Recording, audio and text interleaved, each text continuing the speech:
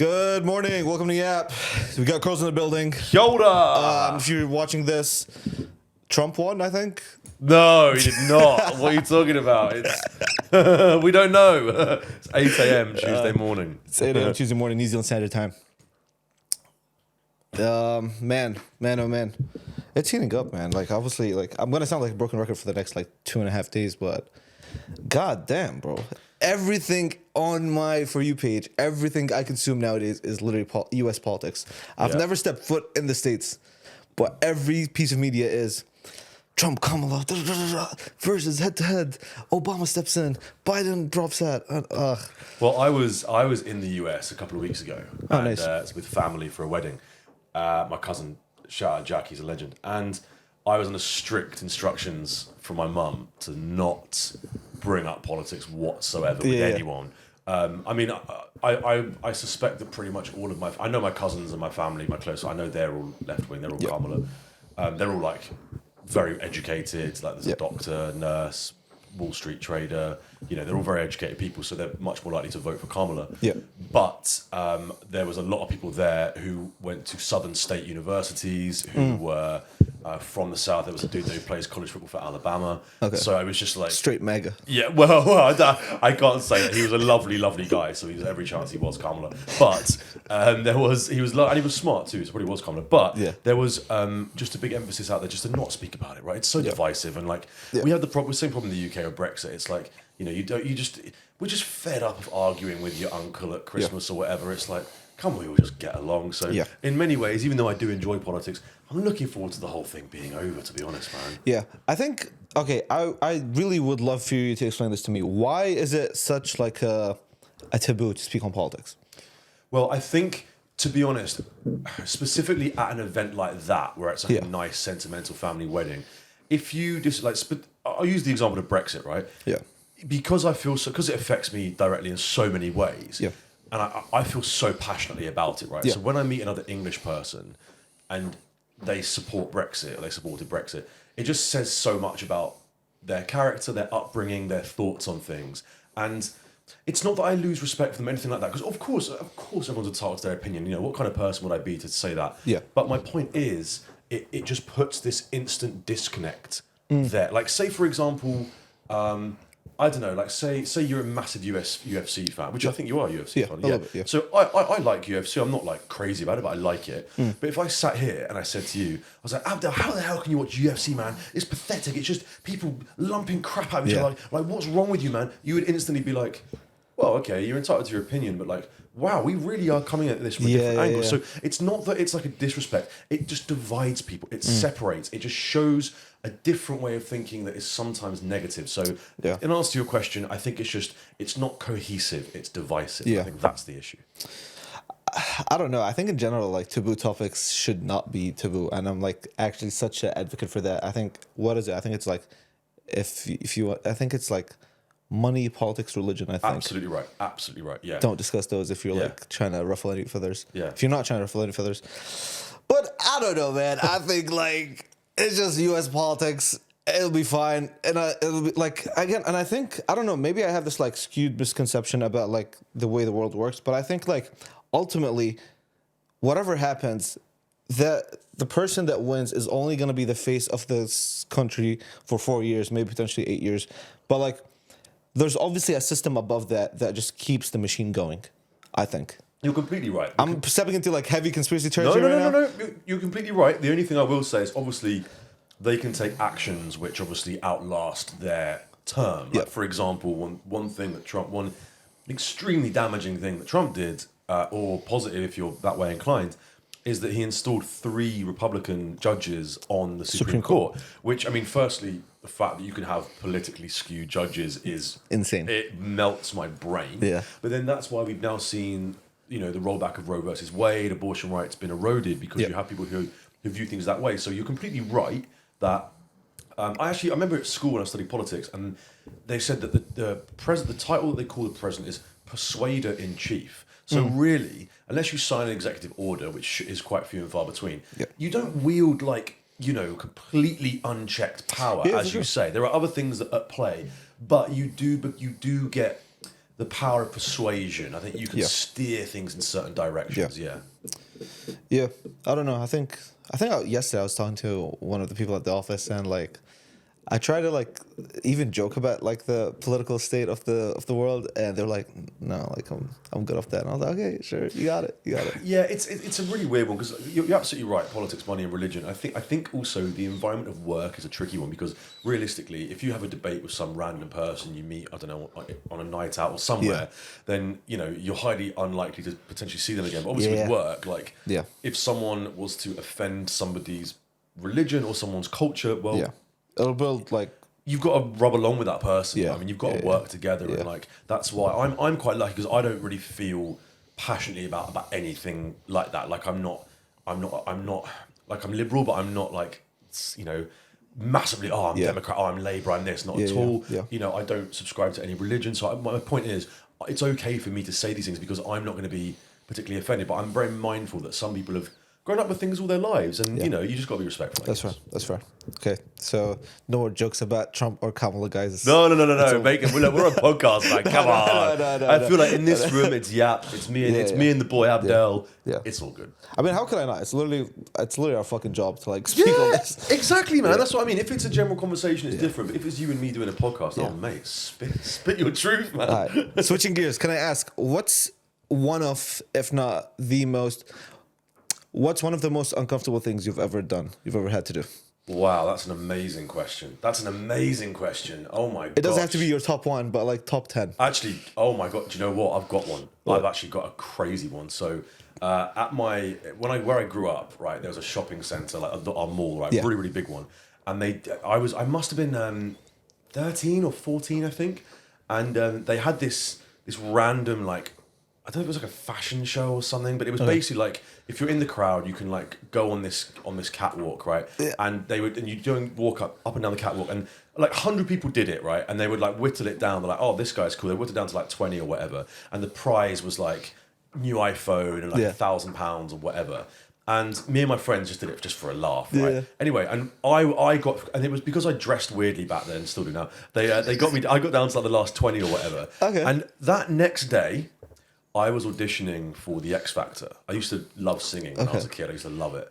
And I told the organisers that when they were asking me like what I'm doing tomorrow. And then, bro, in front of the whole, actually my stomach is turning thinking about it. My skin is crawling.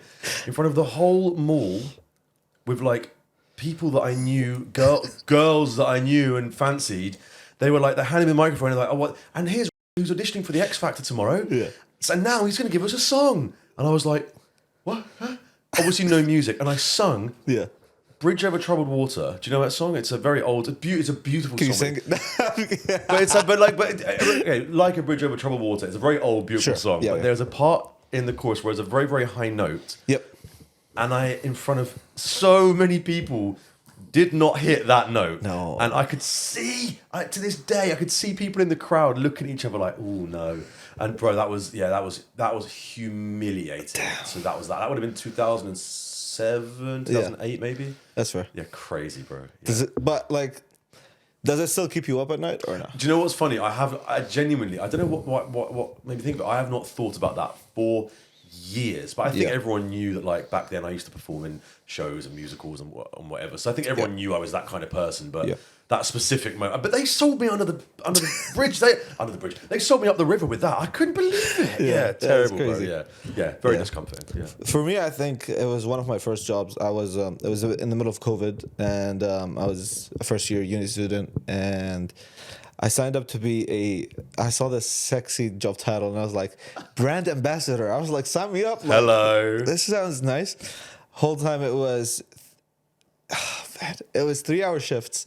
And basically you'd go into these like hotspots in the city, like around the city center, Newmarket, blah, blah, blah. And you'd have about 500 Uber Eats gift cards, like promo codes. Oh, I know this brand ambassador. Yeah. And you just like hand them out. Yeah. And I was in my first year of uni, and the hotspots were like the uni areas, like the campuses. And they gave me this ugly ass green jacket, and I was like, I did like 2 weeks of it. And I was like, no, I couldn't. Because first we did like a first trial shift, And like when I came back to the office, she was like the manager, whoever. She was like, "How was that?" And I was like, "Yeah." And she was like, "So you want to keep going?" I was like, "Yeah," because I couldn't say no at the time. I was like, of course. It's my first job. Like I don't want to get fired from my first shift. Blah blah blah. And then I did it for like another 3 days. But then it came to a point where like I quickly clocked that there was somebody watching me the whole time. But they were acting as if they were just a random on the street. Oh, wow. So it was like giving me the feeling of like being gang stalked or whatever, bro. It was freaky. It was weird. That's wild. Like I'd take off the ugly ass green Uber Eats jacket for like an hour or so, and then I'd get a text being like, "Put your jacket back on." And I'm like, no way. I don't like that, man. That's weird. Well, at least you were doing that though, and not, at least you were giving out something for free. Like one thing that a lot of English people do when they come to Australia and New Zealand is they do the charity sign-ups. You know those things? Yeah. Bro, that I'm terrible because when I see those people, I can't handle rejecting people, so I just. Bro, I like cross the street. I fake phone calls, and I know it's terrible because they're just trying to raise money, but they're on good money. They're on like $20 an hour or whatever. Like, and, it's easy, but crazy. And they probably get commission like out off that. Yeah, for sure. So much for charity. Yeah. Okay, no, but basically, Yes Theory is a YouTube channel. Okay. And their whole motto, which is super, super, super amazing, is called "Seek Discomfort." Are they Canadian? Yes. I know. Yes. I'm familiar with these guys. Like Egyptian guy and then like 2 white guys. Yeah. And they're from, I think they're from Canada. Yeah. Pretty sure they're from Canada. This rings a bell, yeah. And basically there's this like 3 YouTubers who like got together. They started off a YouTube channel called Yes Theory. And the idea is that they just want to say yes more often in their lives. And the first ever, like, they were nobodies before this. Yeah. They kicked off their YouTube channel by doing 30 new things in 30 days. Cool. And the series went stupid viral. Oh, really? Stupid viral. Oh, wow. They kept building that brand, and it was like, it was more like, I don't want to say like social experiments, but it was on that end of things. So it was like an idea that was crazy was like going up to the public, inviting a stranger to go skydiving with you on the day of. Wow. Like just crazy shit like that. Wow, that's cool. And like, that's so hard to accomplish that they would take days and days to accomplish it. But the second they get the person, it's like the best reward ever for the video. Because it's like, damn. Like, and like so many people live vicariously through them. Yes. That it's like, damn, I would like to be like this daring, this courageous, blah blah 100%. blah. And so they kept building their brands up to a couple million subscribers, and now they have like community groups in each country that are like that are just fans of this brand. Yeah. And now basically like I don't know how like they've made community groups in each country that rock with the brand so much that now like they're doing their own thing together. Wow. So within each country. Oh, so like, wow. Yes Fam New Zealand, Yes Fam Australia, oh my Yes Fam Canada. And it's a global brand. Yes. Wow. Global domination. It's stupid. One of their biggest hits was, I remember Will Smith started his YouTube channel like 2-3 years ago, or maybe 4 years ago, something like that. And they had just under 1 million subscribers by then. So virtually nothing compared to however Will Smith's stardom was at the time. And they just shot a video up in the dark. They said, "Hey, Will Smith, it's like a minute. It's like poorly shot, whatever." And they said, "For your first YouTube video, we want you to bungee jump out of a helicopter with us." What? And he said yes. What? And it went crazy viral. No way! That was Will Smith's first YouTube channel. That's so cool. His most viral to this day. Oh my gosh. Wow. And it just makes me wonder, bro, like what happens if we say yes more? Do you know, that's absolutely amazing. And I think it's quite interesting for me. So as I say, I whilst I'm waiting for my visa to be sorted, I'm going between Sydney and Auckland. And when I'm in Sydney, like I'm comfortable. There's no real pressure on me. I've become very lazy, to be honest, very lazy. And I will just lay there, and of an evening, like I won't go out or whatever. Maybe I'll see my friends. But when I'm in New Zealand, bro, I really do try and adopt that method of saying yes to everything. So a lot of the time, I'll do videos for people for free. I'll do collabs that I don't necessarily need to do. Or like last night, I saw Dazza, from Ashby Pies. He was like, "Come over." I'm walking there from Ellerslie Station. It's like half an hour walk. I'm just like, do it. Because otherwise, what am I going to be doing? I'm going to be sitting there looking at a screen. Doing something that isn't benefiting me in any way other than very mild entertainment. So I think the saying, I mean, obviously there's a limit, but saying yes to everything is, Right, it's an amazing philosophy. So I'm not surprised that they've had this success, and I've got to say, fully deserved. And I think their motto is so beautiful that it's like you can't not watch it. I feel like you see this like poor guy, like backpacker looking guy that's going around in the middle of the city asking strangers to bungee jump out of a helicopter with him on the day of. Like, that is so commendable. Yeah, we all would like to be there. Yeah, but I think the fear of rejection for us is so crippling, especially with strangers. It's crazy. It's kind of why like street interviews are like one of the hardest things to nail down. Yeah, for sure. Organically. No, you're completely right. And I think there is that fear of rejection, or just the fear of kind of looking silly and out of place. Yeah. I think one thing that was a big one for me to get over was when I do my outdoor videos, right? Yes. And I go around, obviously I've got a selfie stick and my phone there. Yeah. The first time I did it, I think I was in Wellington, and I was just like, after 2 minutes, someone looked at me and I was like, nah, I'm not doing this. I'm not doing this. But then I went up to like Hamilton and I did it, and I was like, I don't care. Yeah. Like, if someone's looking at me, so what? They're going to look at me for 3 seconds and think I'm weird. Yeah. Who cares? And then after, like, they might take a few more steps. I'm out of their brain. Done. Right? Yeah. So you're so right. And of course, I still have fear of rejection in a million different ways, but you're so right that it is the fear that holds us back from doing so many things we love. Yeah. And I think, it's so beautiful, especially with Yesterday as a brand, because they've like scaled up so much, but they still maintain their actual identity. Right. So like, yes, it started with like asking strangers to do random things on the day of, but like they've also turned their YouTube channel into like a very serious documentary style YouTube channel. Wow. And now like I don't know if you, I can't remember the name for the life of me, but the guy that's like known to be shirtless in like the super cold areas. Hoffman. Oh, Wim Hof. Yes. Wim Hof, the ice bath guy. Yes. Yeah. They crazy. Basically went to Antarctica and walked with him shirtless there.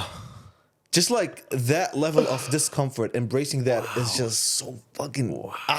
it's so refreshing. I mean, that specifically, I would be slightly worried for their health. But no, that's amazing, man. And I think you're so right. It's all about the balance, right? So it's about not the balance. It's about the trade-off of what could possibly... What is the worst case scenario here? It's like you say about the street interviews. That's a great example. And actually, yeah, it's a good one to bring up about the Uber Eats job you had, because it's like, well, the worst thing is someone tells you to piss off or whatever, or someone just doesn't accept the card, but then so what? You just do it again. Yeah. It's like when you work in sales, right? You know, you have to persevere, because you might get 99 people telling you to piss off. Yeah. But then that 100th call is the one that says, I'll buy everything you've got. And that makes everything worth it. Exactly. And you had to go through those 99 to get to that 100. But this is I'm going to get tonight. I'm going to watch some of their stuff, because that sounds amazing, man. They're so good. So are you a fan of it? You're across it? Yeah. Right. Okay. I was watching them from the beginning. They were like 3 broke boys, like living out of, like sharing a garage in LA, like really like